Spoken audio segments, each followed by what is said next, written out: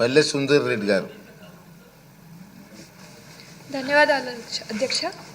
సత్యసాయి జిల్లా ఏప్రిల్ 4, 2022 సంవత్సరంలో జిల్లా కేంద్రంగా డిక్లేర్ చేయడం జరిగింది అధ్యక్ష.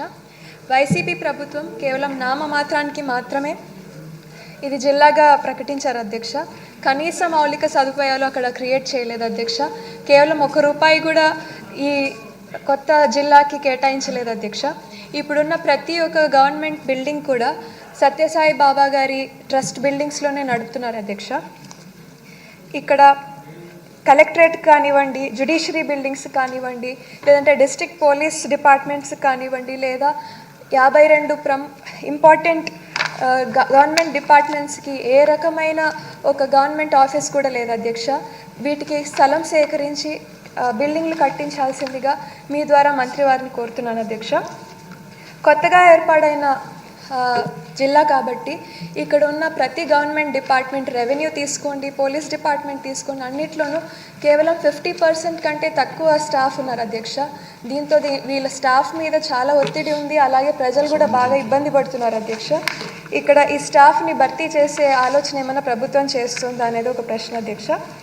అలాగే కొత్త జిల్లా హెడ్ క్వార్టర్స్కి ఆఫీస్ నిర్వహణకు చాలా ఎక్స్పెండిచర్ అవుతుంది అధ్యక్ష. ఈ ఎక్స్పెండిచర్కి ఏదైనా అడిషనల్ ఫండ్ ఏమైనా కేటాయించే అవకాశం ఉందా అని మీ ద్వారా మంత్రి వారిని కోరుతున్నాను అధ్యక్ష. గౌరవ సభ్యులు కూన రవి గారు, విజయ్ గారు, సింధూర్ రెడ్డి గారు, ప్రశాంత్ రెడ్డి గారు చక్కని సూచన ఇచ్చారు అధ్యక్ష.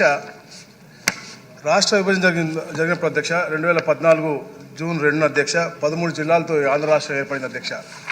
కానీ తర్వాత వచ్చిన ప్రభుత్వం అధ్యక్ష 2019లో అప్పుడు ఉన్నటువంటి సమస్యలన్నీ కూడా ఏదైతే పిఆర్సీ సమస్య అవ్వచ్చు, ఉద్యోగాల సమస్య అవ్వచ్చు, లేకపోతే మహిళలు ఇబ్బంది పడుతున్న పరిస్థితుల్లో ఏదైతే తప్పుదోవ పట్టించడానికి, పక్కదోవ పట్టించడానికి అన్నీ కూడా అశాస్త్రీయంగా అనాలోచితంతో ఈ యొక్క విభజన జరిగింది అధ్యక్ష. ఈ యొక్క ఏప్రిల్ 4, 2022 రోజు అధ్యక్ష 26 జిల్లాలుగా ఈ రాష్ట్రాన్ని పునర్విభజించారు అధ్యక్ష.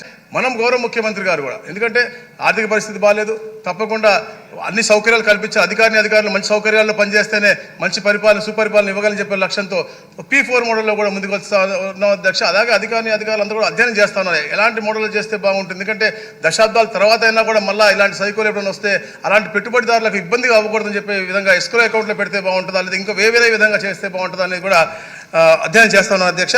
తప్పకుండా ఏదైతే సభ్యులందరూ చెప్పారో అవన్నీ కూడా పరిగణన తీసుకుని గౌరవ ముఖ్యమంత్రి గారి దృష్టికి కూడా తీసుకెళ్లి అన్ని సౌకర్యాలు ఉండి ఒక ఇంటిగ్రేటెడ్ కలెక్టరేట్స్, అలాగే ఆర్డీఓ ఆఫీసు, తహసీల్దార్ ఆఫీసులు కూడా తప్పకుండా ఏర్పాటు చేస్తామని చెప్పేసి మీకు తెలియజేస్తాను అధ్యక్ష. థ్యాంక్ యూ అధ్యక్ష.